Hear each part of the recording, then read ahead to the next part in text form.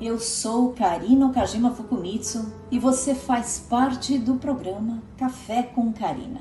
Sua jornada para se conectar com pessoas que extraem flor de pedra começa aqui e agora.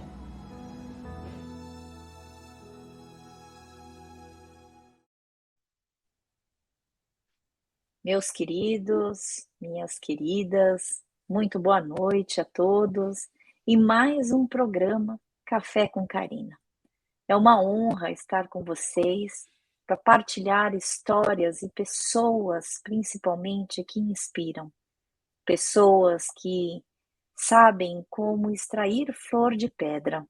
E se não sabem, descobrem uma maneira criativa para continuarem os seus caminhos.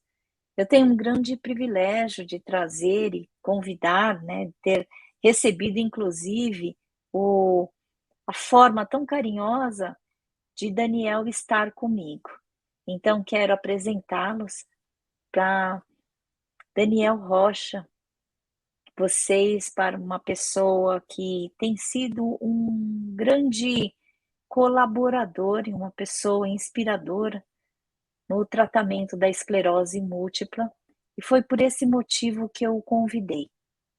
Daniel Rocha, eu tive o privilégio de conhecê-lo virtualmente, desde o momento em que eu também sofri uma inflamação cerebral, e aí os nossos caminhos se cruzaram porque Daniel viu um post meu falando sobre o tratamento com os corticoides. Eu estou retomando um pouquinho e fico até emocionada, não sei se vocês se deram conta, que eu dei uma pausa, eu tenho dado algumas pausas, inclusive para continuar respirando, porque tocar nesse assunto da inflamação cerebral, que foi um dos meus maiores tsunamis existenciais, e eu posso falar que a ADEM, que é esta inflamação, ela me deu esse presente de conhecer pessoas tais como o Daniel Rocha, porque ele viu um post meu,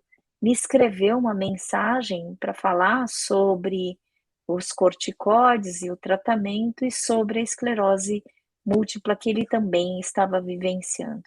A partir desse momento, a gente começou a se comunicar e uma das coisas mais fortes que eu trazia para o Daniel é que ele deveria continuar assim como eu também continuei. Percebam que quando eu falo sobre a minha emoção, eu falo sobre a minha dificuldade, percebam que eu ganho um pouco mais de fluidez. Foi assim que nós temos, e eu entendo que eu tenho, inclusive, lidado com as adversidades, os adoecimentos. No final, a minha doença não se configurou como uma esclerose múltipla, mas sim uma doença raríssima, autoimune, ADEM, desmielinização aguda dos neurônios, e o Daniel teve sim a confirmação da esclerose múltipla e tem sido uma grande inspiração, inclusive, para lidar com a doença e para apoiar as pessoas a continuarem. Estamos aqui, então, recebendo Daniel Rocha, uma pessoa encantadora, e seja muito bem-vindo, meu querido. Muito obrigado, Karina. A honra é minha de estar aqui contigo e muito obrigado pelo convite. E espero que a gente possa compartilhar um momento que eu sei que vai ser significativo, mas espero que seja significativo para o maior número de pessoas, né? E que essa mensagem possa chegar a quem tem que chegar. Já está chegando, né? Para as pessoas que estão nos assistindo, realmente eu só tenho que agradecer vocês que estão conosco e tenho um agradecimento muito especial a Gabriela Mello, porque sem ela esse programa não aconteceria. Então, acho que grande parte de tudo que nos acontece na vida, a gente precisa reconhecer que não estamos sozinhos. Então, Daniel, eu gostaria que você contasse também um pouquinho de como é que foi a tua história, a descoberta, os primeiros sintomas, tudo aquilo que fez com que você hoje vivenciasse esse adoecimento, mas que você não fosse o adoecimento. Você sempre é, assim como todo ser humano, a gente sempre é mais do que a nossa doença. Então, eu era um estudante de psicologia, né? Eu estava ali mais ou menos pelo meio da faculdade, né? E, e eu, aquela correria, né, de psicologia, né? Como eu falava brincando, mas no fundo é sério, né? Que estudante de psicologia durma quando morrer, né? Porque tinha estágio, aquela correria, prova, estudo e trabalho. E eu passei, acho que uns 3 anos, assim, sem tirar férias, né? E eu saía de um estágio para o outro, né? E eu adoro o que eu faço, mas esse adoro o que eu faço teve um preço, né? E, e aí eu tinha uma certa fadiga, assim, de dificuldade de equilíbrio, né? Eu fui no médico, ele achou, pode ser algum problema de labirinto, né? A gente nunca acha que é algo mais grave, né? E aí eu fui no neuro, antes de eu ter ido no neuro, e das fadigas também, eu já tinha ido num outro neuro fazer uma ressonância, né? Anos atrás, e, e eu vi que tinha uma leve manchinha, assim, um amarelinho, assim, apareceu a ressonância no cérebro. E a minha primeira graduação foi publicidade, né? Então, isso significa que eu já fiz muita festa na vida, né? Porque o curso era isso, era sempre coquetelzinho, festa, e, e a profissão também era isso, fechou contrato com, não sei, com cliente e tal, festa, né? E aí quando eu vi, e claro, eu me aposentei da esbórnia, como eu costumo dizer, né? E aí eu pensei, não, aquela manchinha amarela que eu vi anos atrás, pensei, isso aí é o resultado dos anos de publicidade e propaganda, né? Mas tá, tudo bem, eu parei, né? Nem bebo, e tá, tudo bem, e a gente vai seguindo com a vida. E aí eu já tô aí, anos depois, no meio da faculdade de psicologia, nessa correria que eu falei,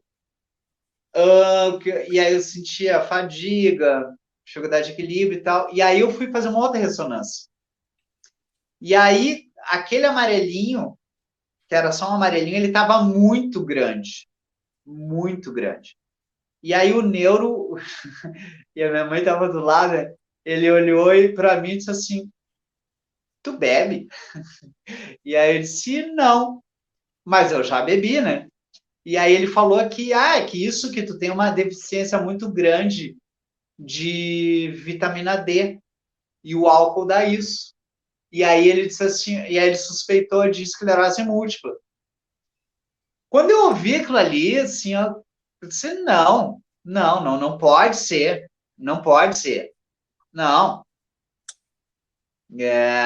vamos no outro neuro. Eu fiquei arrasado, na verdade, né? Mas tá, vamos no outro neuro. E aí fui no outro neuro, ele viu a mesma ressonância, e aí ele viu aquele mesmo amarelão, assim, né? E ele disse: Não, mas isso aqui não tem a ver com álcool, isso aqui pode ser alguma coisa genética. Mas ele também suspeitou de esclerose múltipla. E o primeiro neuro, e assim como esse segundo, eles perguntaram: Como é que tu está para se internar? E aí eu pensei: Não, como me internar, né? Eu tenho minha vida, tenho minha faculdade, tenho meus estágios, tenho coisas, né? Não, não é capaz que eu vou me internar. E aí, como eu falei, eu ia sair de um estágio para o outro, um lugar. Teve um dos estágios que eu fiquei um ano, e no último dia, eu já ia começar no outro estágio, no outro dia. E aí a minha supervisora falou assim, ó, olha só, tu tá saindo de um lugar pesado, para ir para outro lugar pesado. Tu tem que parar. Mas, não, eu não tinha tempo para parar. Eu não tinha tempo para parar. E, Muito e menos aí para tá. adoecer, né? Oi? Muito, muito menos para adoecer, né, Daniel? A gente não tem Não, não agenda tem. para isso, não Ô, tem agenda. Karina, tu tá rindo, tu tá te identificando, né? Totalmente, totalmente, E totalmente. aí tá. E aí eu fui para esse outro estágio e eu continuava com fadiga e dificuldade de equilíbrio. E aí fui num outro neuro, só que esse aí ele não me deu o diagnóstico. Ele disse assim, ó, ele fez aqueles testes que depois eu descobri que são protocolares, né? Olha para cá, olha para cima, olha para baixo, tenta colocar esses movimentos para ver se o cérebro está funcionando, né? E aí eles já caminha aqui em linha reta. E eu caminhei assim como se eu estivesse bêbado, né? Tá aqui meio querendo cair para o lado e não caindo. Aí ele me levou para pro chefe dele, que era lá dos neuros, né?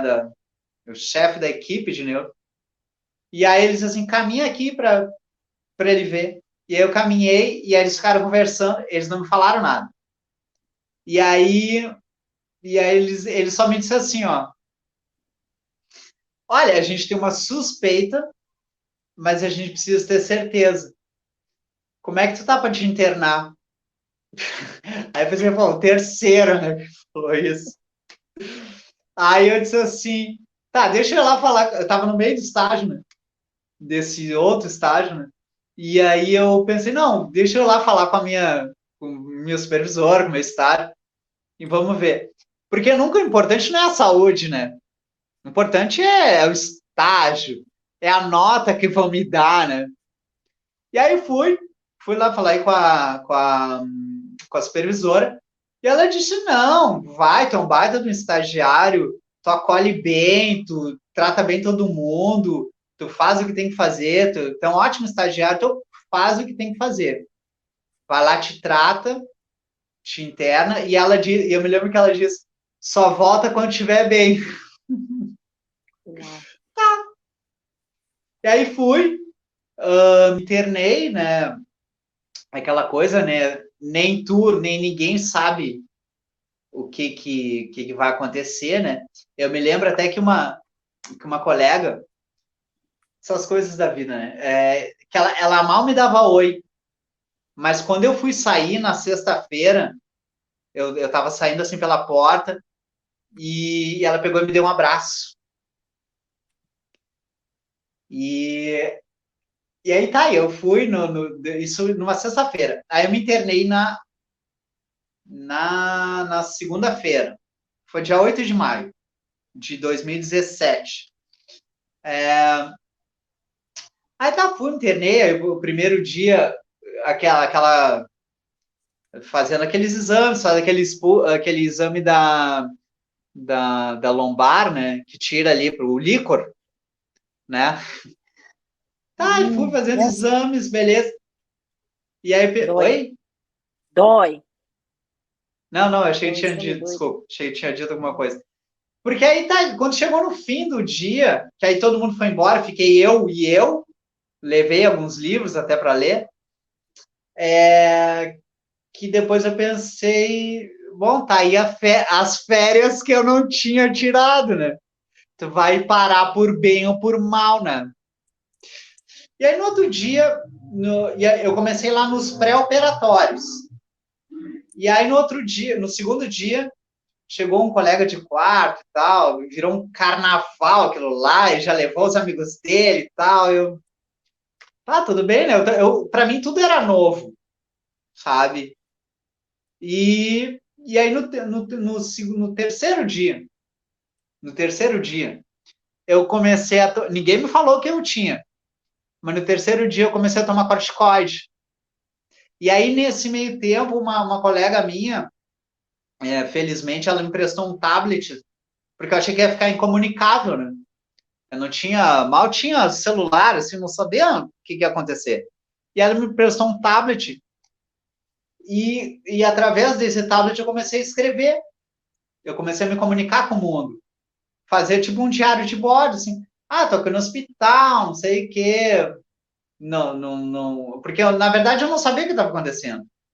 Então, eu disse, tô aqui no hospital, não sei quando posso dar notícia, não sei quando eu vou voltar e tal. E aí, quando eu comecei a tomar corticoide, eu disse, tô tomando corticoide na veia. E aí o pessoal, tipo, tudo apavorado, assim, o que tá acontecendo? O que tá acontecendo com o Daniel? E aí eu passei o telefone pela minha mãe, né? Eu tinha telefone no quarto. E aí algumas pessoas começaram a me ligar, né? E aí, como é que tu tá? Porque na hora que tu tá mal, aí tu vê quem realmente gosta de ti, né? Tu vê quem realmente se importa, né? Aliás, tu vê quem realmente se importa quando tu tá mal, né? E aí tá, todo mundo corticoide por horas infinitas, eu não sei se eram 2, 3 horas, nunca me lembro, mas para mim era muito longo aquilo. E eu ficava olhando pro teto, né? E ouvindo música, né? No tablet.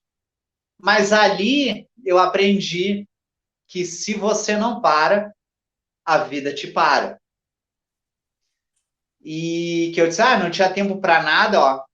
Agora tu tem tempo. E aí no outro dia, foi no quarto dia, aí entrou o médico, tava eu sozinho no quarto, assim, e, e entrou um médico cubano, né? E eu me lembro e eu disse assim, aí, doutor, já tem algum diagnóstico? E ele disse assim, tem, esclerose múltipla primária progressiva. E eu fiquei meio sem reação, assim, eu acho, tipo, querendo entender, será que foi isso mesmo que eu vi? E a primeira coisa que eu falei foi, tem cura? E ele disse, não. E foi embora. Exatamente assim. Assim, Assim, tem cura? Não. Saiu. E naquele momento, eu entendi o que é tu morrer, sabe? Eu entendi o que é a vida acabar, sabe? Porque todos os sonhos, os planos, os livros que eu queria escrever, que eu ainda não tinha publicado, né? Vou me formar vou conhecer alguém, enfim, as coisas que eu queria fazer, tudo aquilo naquele momento acabou. Acabou. Porque uma coisa é tu ouvir que alguma pessoa tem um diagnóstico de uma doença incurável. Sei lá, alguma pessoa que tu goste, um artista talvez. Tu fica talvez meio chocado, mas aquilo não te pega. Quando tem uma pessoa da tua mais próxima, da tua família ou algum amigo e tem uma doença incurável, aquilo ali já chega mais perto. Mas quando é contigo, a vida inteira muda, inteira, porque aquela palavra incurável não era tipo assim uma gripe que semana que vem eu não vou mais ter. Não, daqui a um mês, daqui a um ano, ela vai minha companheira de vida, né? Na verdade, eu não gosto até dessa palavra incurável, né? Porque isso eu aprendi no meu primeiro semestre da faculdade. Né? Não existe verdade absoluta para a ciência. Né? O que hoje é, amanhã não é mais. Então, me perguntar, tem cura? Eu digo, dizem os médicos que não. Ou talvez tem cura, mas os médicos ainda não descobriram, né? Mas isso, eu ainda estava lá no hospital e aí aos poucos, eu lembrei, as coisas voltaram a ter um certo sentido, porque aquela vida lá não existia mais. Então eu quero descobrir o que tem agora. Quem é esse Daniel? Aquele Daniel não existe mais. Quem é esse Daniel aqui? Sabe? Será que sobrou alguma coisa? E aí eu me lembrei de uma frase do Bob Dylan, né? Naquela música Like a Rolling Stone, quando você não tem nada a perder. Então, eu não tinha o que perder, porque eu já tinha perdido, né? E, aliás, depois eu falei isso para um colega meu, depois que eu saí, ele disse assim, não, mas todos nós já perdemos. A diferença é que tu sabes. E eu achei muito interessante isso aí, tipo, por que não viver, sabe? O que que o outro vai pensar? Eu sempre me preocupei com isso, o que que o outro vai pensar. Mas na hora que tu tá ali no hospital, com o catéter no braço, sabe, por uma semana sem sair do corredor, tu não sabe mais que dia da semana é, de pijama. Ai, o que que o outro vai pensar? Cara, tem esclerose múltipla. O que importa o que o outro vai achar? Sabe? Eu de pantufa no hospital. Porque aí a gente começa. Tu muda de identidade, né? Eu não sou mais o Daniel. Eu sou paciente que tem esclerose múltipla, G35. E aí eu comecei a conversar com as outras pessoas que tinham outras doenças incuráveis, né? Aquela sementinha do psicólogo já estava em mim, né? Na verdade, teve um colega meu que foi me visitar e ele disse: tudo isso que tu está vivendo aqui vai fazer parte do psicólogo que tu vai te tornar. E eu concordo com ele. Eu concordo total, assim, porque quando a gente diz eu te entendo, não, tu leu no livro, tu não teve aqui onde eu tô. Mas aí, na hora que tu tá junto, sabe? Aí tu pode falar de igual para igual, sabe? Claro que cada um tem seu fundo de poço, né? O seu fundo de poço é o pior do mundo, porque foi cada um que sentiu. Mas naquele momento eu comecei a conversar com as gurias, transplantadas, como eu chamo, né? Que e talvez tenha sido uma forma de eu tentar elaborar aquilo que estava acontecendo comigo, porque eu não sabia, né? Então elas chegavam super desazadas, ai, né? Minha vida acabou, né? E eu começava a conversar com eles, tipo, sabe? Eu me lembro que teve um dia que eu pedi, perguntei lá na secretaria, né? Onde é que fica o quarto das gurias transplantadas? E aí elas disseram, que não eu falei, a gente começa a se tratar por diagnóstico. Ah, essa aqui transplantou o rim, eu tenho esclerose múltipla, essa aqui tem câncer. Tipo assim, o que que tu tem? Tu não tem um nome, tu tem um diagnóstico, né? Porque na verdade eu fui tratado assim. Quando os médicos vieram me examinar,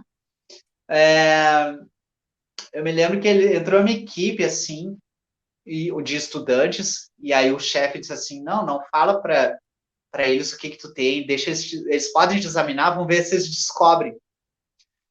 E aí eles ficaram me examinando e falando entre eles, e ninguém me olhou nos olhos. E ali eu entendi o que que é ser um ratinho num laboratório. E aí depois que eles terminaram, eu disse assim: olha só, com licença, eu sou estudante de psicologia, posso dar uma sugestão para vocês? Eles pararam, me olharam, e, e aí eu disse assim: quando vocês estiverem examinando um paciente, olhem nos olhos. E, e anos depois que eu encontrei esse neuro, ele lembrou disso, que ele achava que eu não que ele não tinha me conhecido. Eu disse: não, tu lembra? Eu falei: olha nos olhos. E aí tô eu aqui nos quartos das gurias transplantadas, né? Minhas amigas transplantadas, né? E eu cheguei, isso foi bem emblemático, assim, da minha estada, né? Da minha estadia no hospital. Quando eu entrei na porta, porque eu comecei a entrar nos quartos, né? E aí eu tipo aquele Pat Adams, só que eu estava lá dentro, né? E aí eu cheguei para essas gurias, minhas amigas transplantadas, né? E eu entrei lá, ela super mal, e eu disse assim: tá aí, por que vocês estão tristinhas só porque estão internadas no hospital? E elas começaram a rir quando eu falei isso. Porque se fosse um médico que tivesse dito isso,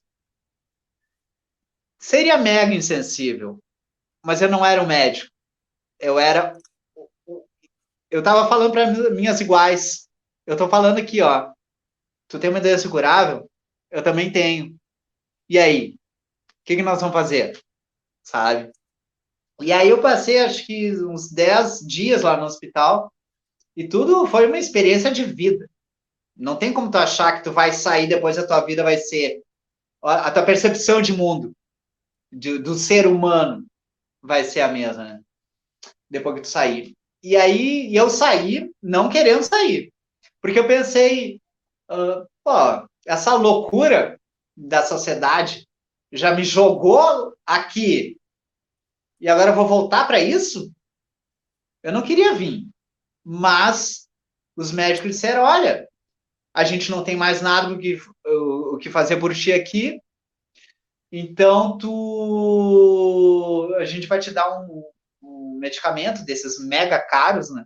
Mas se reagir bem, a gente consegue pelo governo e tal. Ratinho de laboratório, né? E aí eles disseram, tá, a gente não tem mais nada o que fazer, vá para casa. Eu me lembro que o médico disse assim, ó, retome as atividades amanhã mesmo. Eu pensei, como assim, né? Amanhã mesmo. E eu, na minha ingenuidade, achei, não, amanhã eu vou retomar no estágio. E aí esse remédio, por isso que eu te falei do ratinho de laboratório, esse remédio eu tomei quando eu cheguei em casa, no outro dia, eu olhei no espelho. Sabe quando tu olha no espelho e tu demora para entender que aquele rosto que tá te olhando é o teu? Eu fiquei mega inchado. Eu disse assim, não, mas o que é isso? Eu fiquei deformado. E aí a gente ligou pro médico e ele disse assim, interrompa o remédio hoje. E aí que eu entendi realmente o que é ser um ratinho no laboratório. E aí no hospital, no último dia que o pai do meu colega de quarto, ele tinha, já que eu falei em diagnóstico, ele tinha um outro diagnóstico, né? E aí ele disse assim, no dia que eu estava super mal, assim, arrasado, né, que eu tive meu diagnóstico, esse pai do meu colega de quarto, ele falou assim, não, mas não fica mal, porque eu tenho uma amiga que ela tem de esclerose múltipla e ela tá bem e, e ela anda não sei quantos quilômetros de bicicleta por dia. E eu me lembro que ele até falou, e ela é bonita. E aquilo ali me deu esperança, assim, né? Porque é muito legal, né? Tipo, morto não namora, né? Então, quando nada mais fez sentido, quando nada mais me fez querer estar vivo, aquilo ali me fez querer estar vivo, sabe? Aí eu saí, depois a minha mãe entrou em contato com ela, o tratamento que eu faço, que é esse da vitamina D, né? É o protocolo Coimbra, né? Que é uma mega dosagem de vitamina D. Eu conheci através dela. Depois eu vi que não deu liga, assim, não era pra gente namorar mesmo.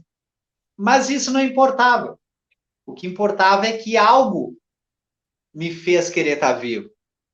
Então, como teve algo que me fez querer estar vivo, quando eu voltei no meio de semestre, pauleira, assim, acadêmica, tipo, eu fiquei 2 semanas sem ir na aula, parecia que eu tinha ficado 2 anos, né? Tinha bioestatística, sabe? Eu acho que em condições normais já é difícil de entender. Imagina, eu aqui, minhas pernas doíam, elas queimavam quando eu estava na aula, sabe? E eu voltei para essa loucurada, assim. Mas como eu tive um motivo, algo que me fez querer estar vivo, eu pensei, não, vamos lá, vamos seguir em frente, vamos seguir em frente. E aí tá, aquele semestre que eu chamo semestre eterno, né? Continuei no estágio, eu me lembro, apresentei trabalhos, o primeiro trabalho que eu apresentei até foi de bioestatística, caiu para mim, né, no sorteio, e eu me lembro, porque assim, ó, depois que eu tive meu diagnóstico, a vida gritou, a vida gritou, né? Quando, se a gente falar em termos freudianos, né, a gente tem a pulsão de vida e a pulsão de morte, né? como a minha pulsão de morte estava instalada no meu sistema nervoso, a pulsão de vida teve que ser muito grande. Ela tem que ser maior. Né? Eu já rompo barreiras até hoje, né? Quando eu saio da cama, sabe? Vamos viver para quê? Vamos viver esse dia para quê? E aí, eu fui lá apresentar o trabalho. Eu me lembro que eu tenho uma colega até que me olhou assim, tipo, tu que vai apresentar. E aquilo ali acionou aquela pulsão adolescente de, tu acha que eu não vou conseguir? E aí eu apresentei o trabalho quase caindo, assim, literalmente me agarrando nas paredes, mas concentrado em que eu estava falando. E a gente tirou 10 na apresentação de trabalho, né? E depois eu tirei 10 no meu estágio também, e com muita dificuldade, mas como eu falei, a vida gritou, né? A vida gritou, foi muito difícil, mas a vida gritou, isso não, não, eu inconscientemente entendi isso aí. Não existe mais espaço para ser mais ou menos, sabe? Para viver mais ou menos, sabe? E todos os estágios que eu tirei depois do meu diagnóstico, eu tirei 10. O meu trabalho de conclusão eu tirei 10. Minha especialização que eu terminei, trabalho de conclusão eu tirei 10. Claro que a gente aprende na psicologia social que notas boas são apenas representações sociais, mas eu coloquei uma entrega naquilo ali que eu fazia, naquilo que eu faço, sabe? Quando eu estou atendendo, quando eu estou aqui, ó, eu estou entregue aqui, ó, eu estou inteiro. É este momento aqui conversando contigo, Karina, e a gente compartilhando esse momento. Porque, como eu falei, a vida gritou, sabe? Então, todos os estágios que eu tirei, o primeiro estágio, eu não tirei 10, eu fui bem, mas eu não tirei 10. Todos os estágios que eu tirei depois do meu diagnóstico, eu tirei 10.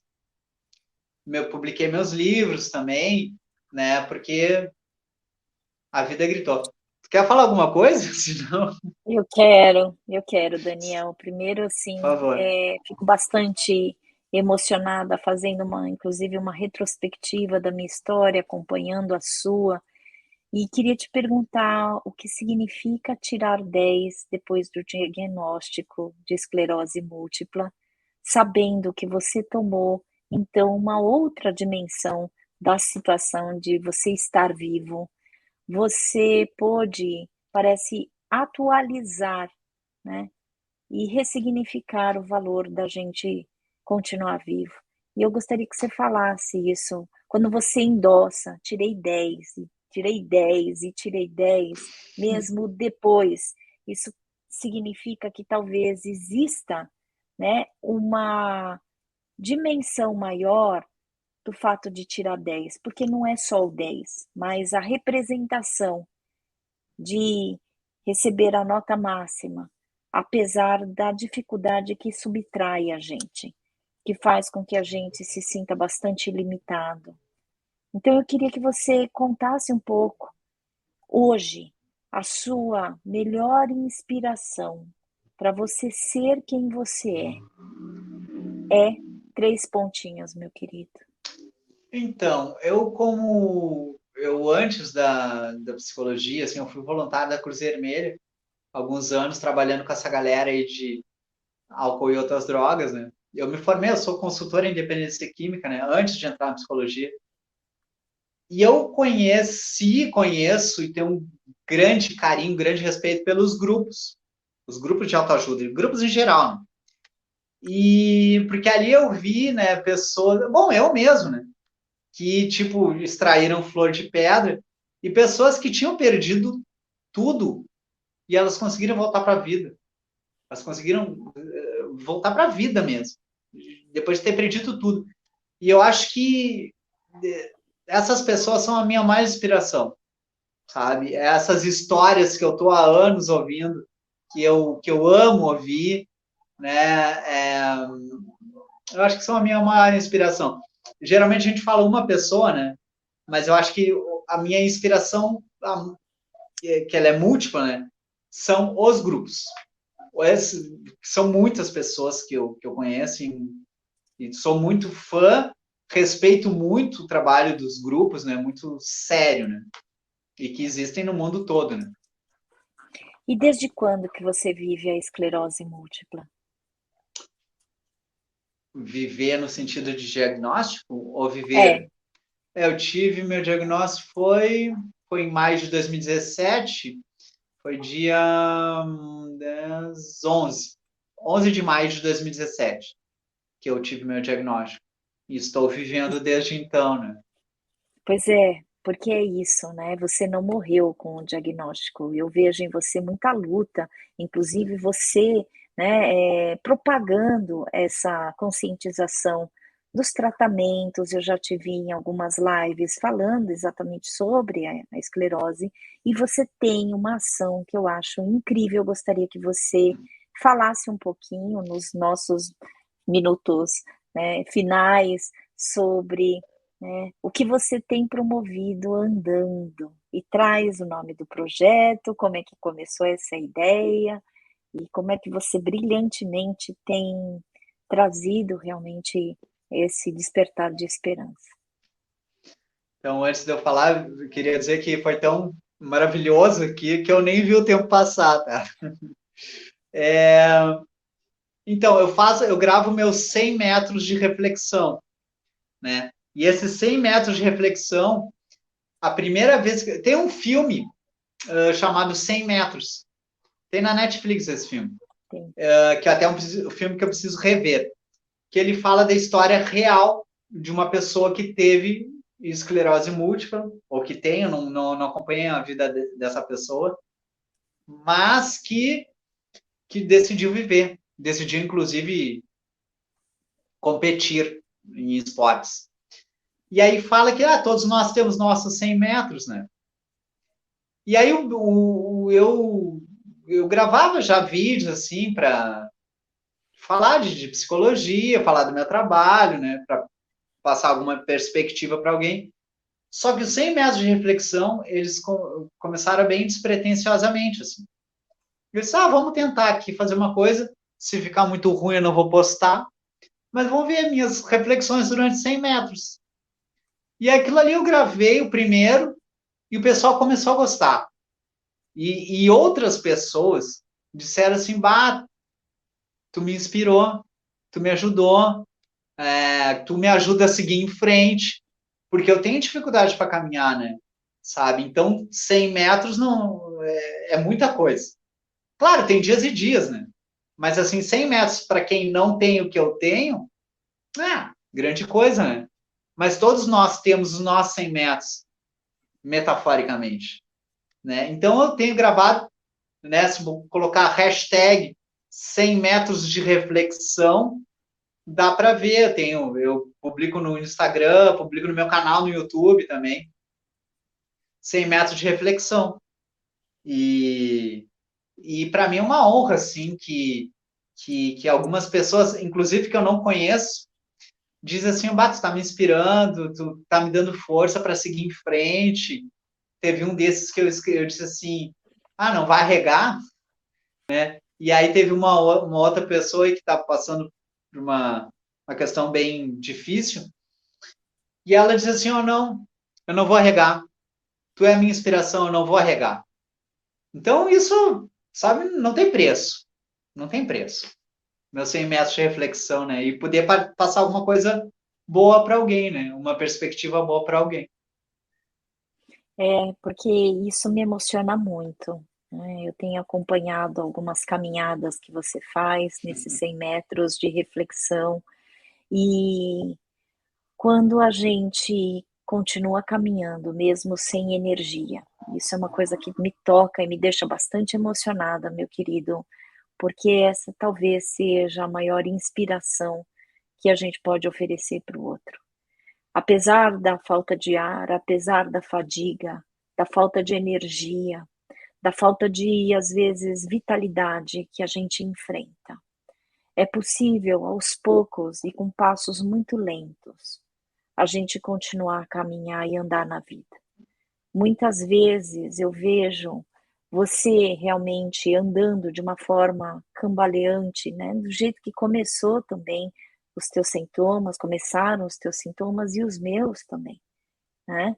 Com a ideia de que a gente perdeu o equilíbrio, inclusive emocional, mas que ele foi resgatado com o tratamento. Então hoje eu fico contente, por isso que eu te perguntei desde quando você vive, né? E você fala desde 2017. Eu tenho vivido a minha inflamação cerebral e a possibilidade de ter me resgatado, não só na morte, porque óbvio, nós estamos vivos, não estamos mortos, mas provavelmente eu entendo que nós estamos cada vez mais vivos, trazendo a possibilidade, apesar da fadiga, apesar da tontura, apesar das dificuldades, apesar de muitas vezes a gente ter de repousar, silenciar, descansar, porque talvez essa seja a maior lição também. Quando a gente inicia a live brincando, a gente não tinha agenda, né? Para adoecer. Talvez seja isso que a vida esteja trazendo como grande lição. A gente não escolhe, de fato, adoecer, né, Daniel? Mas a gente escolhe a cada dia como continuar a andar, a viver. E quando eu falo viver a doença, significa honrar aquilo que nos aconteceu como não a pior tragédia. Porque a pior tragédia talvez seria se a gente estivesse morto. Porque aí a gente não teria condições nem de falar sobre a nossa história. Nós dois somos psicólogos, nós sabemos sobre a importância da gente realmente fazer a nossa história como única e singular. E que a gente realmente possa levar um acalanto, uma esperança para as pessoas, inclusive que se cansam, não somente fisicamente, mas existencialmente. Então, meu querido, eu gostaria que você trouxesse realmente algumas palavras para as pessoas que precisam resgatar a fé. Minhas palavras são, em alguns vídeos eu falo essa frase, porque para mim, acho que resume tudo, né? Acreditem na vida. Acreditem na vida. Independente do que aconteceu, independente das perdas, né? Se perderam pessoas, se perderam sonhos, se perderam a vitalidade, se perderam um sonho. Acreditem na vida. Acreditem na vida. Como diz minha querida amiga Karina, se tem vida, tem jeito. Então, acredite na vida. A vida está aí para nós, sabe? E se este garoto aqui que tem esclerose múltipla primária progressiva, sabe, tem alguma coisa de bom para passar para vocês, que seja isso. Acredite na vida. A vida não acabou. Aliás, vou dizer, eu entendi o que é viver um dia de cada vez, né? Depois que eu tive minha diagnóstico. Então, não morra antes da hora, né? Como dizia o Karnal, né? Então, eu acredito na vida, cara, tá aí. Tá para nós. Então, ainda tem muito para nós vivermos desde que a gente queira viver. Então, queiram viver também. Viva, né? Namore se quiser namorar. Ah, sonhem, trabalhem, ouçam músicas, dancem. Karina, olha aqui, uma coisa assim para encerrar. Uma coisa que eu aprendi a dizer depois que eu tive meu diagnóstico. Eu aprendi a dizer eu te amo, Karina. E vou dizer aqui ao vivo, Karina, eu te amo. Eu te amo, Karina. Porque, o que o outro vai pensar? Não importa. Eu só tenho o dia de hoje, esse momento, para dizer que eu te amo. E eu te amo, Karina. É isso aí. Vamos lá. Vamos viver. Vamos viver. Acreditem na vida e vamos seguir em frente. Um dia de cada vez, um passo de cada vez, a cada 100 metros. Daniel, posso falar que eu te amo também pela dignidade com o que você tem vivido a tua vida, a tua história. Você é publicitário, você é psicólogo, e além de ter, você não é uma pessoa que tem esclerose múltipla, você tem esclerose múltipla.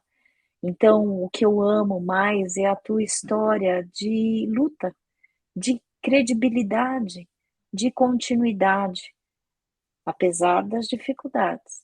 Quem falou que não teríamos dificuldades? Mas você é essa pessoa que faz muito mais e dá importância não somente aos 100 metros concluídos, mas a cada passo que você utiliza, que você se conscientiza e que você dá em cada momento dos seus únicos 100 metros. Então, eu te agradeço pelo carinho, porque uma das coisas que eu também aprendi, quando a gente adoece, a gente valoriza o amor, a gente valoriza o simples, a simplicidade, a gente valoriza aquilo que precisa ser valorizado, porque o tempo urge, e enquanto nós tivermos bônus de vida, talvez seja exatamente para a gente desfrutar e se beneficiar dessa capacidade da gente andar pequenininho, dar passo a passo, saborear tudo aquilo que há de bom para ser vivido. E quando for a nossa hora, que a gente não imagina, né, que a gente possa ir em paz, oferecendo para os outros todos os caminhos e as trajetórias e as jornadas que nós percorremos. Meu querido, essa trajetória com você nesse momento do café com Carinha, mas com Carina, é absolutamente incrível, foi, né? E está sendo, e agradeço bastante. A Eu todos que que nos agradeço. A assistiram, honra foi minha. Muito obrigado. a todos que nos assistiram, fica aqui o meu amor por esta pessoa incrível, por vocês, meu agradecimento imenso para Gabriela Mello, para a agência RVL, que sem eles eu não conseguiria também estar aqui com vocês. Então, um grande beijo, uma grande trajetória significativa para todos nós e que a gente possa aprender a valorizar a cada passo dos nossos tantos metros que nós teremos ainda. Um grande beijo para todos vocês. Beijo, obrigado. Tchau, tchau.